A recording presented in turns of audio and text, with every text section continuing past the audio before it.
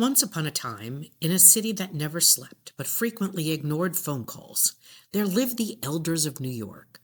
They were teachers, nurses, clerks, firefighters, people who had already given their knees, backs, lungs, and sanity to the kingdom. In return, the city promised them a magical prize called Healthcare for Life. It was boring, it worked, which made it extremely suspicious to important people. High in the labor castle, a group of very serious men in suits gathered around a polished table. Retirees are expensive, one said, stroking a spreadsheet. And they don't even vote in union elections, said another, adjusting his red cape. But look, cried a third, if we sell their protection, we can buy shinier benefits for people who still like us. They all nodded wisely, the way people do when they've convinced themselves they're heroes.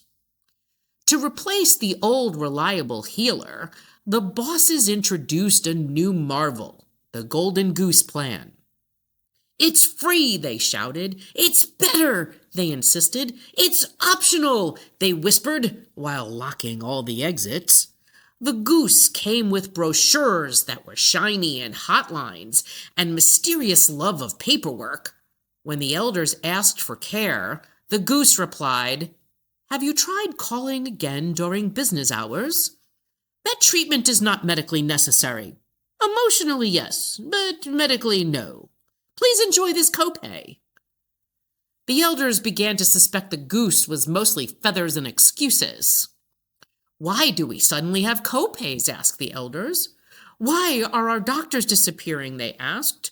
"Why are people with $26,000 pensions being told, 'This is no big deal'?" The bosses gasped. "How dare you?" they cried. "You are confused. You are ungrateful. You are," checking at their notes, "rump retirees." Nothing calms worried seniors like calling them names. The elders pulled out an ancient scroll known as the Administrative Code, which clearly said, "You get health care, the real kind. The end." The bosses squinted at it. "Yes, but if we interpret the word care very creatively," one suggested. "Or pretend retirees are still in unions," said another. "Or just never hold a public hearing," asked the boldest boss of all. And they all clapped. The elders did not vanish, explode, or forget where they put their glasses. Well, mostly.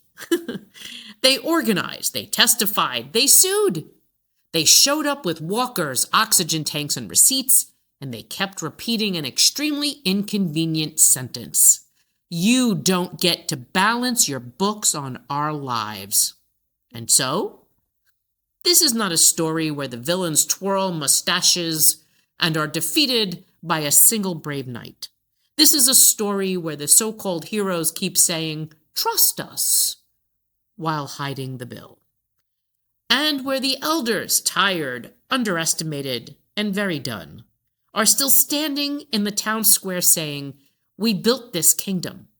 We read the fine print, and no, we are not going quietly into your glossy brochure." The end for now.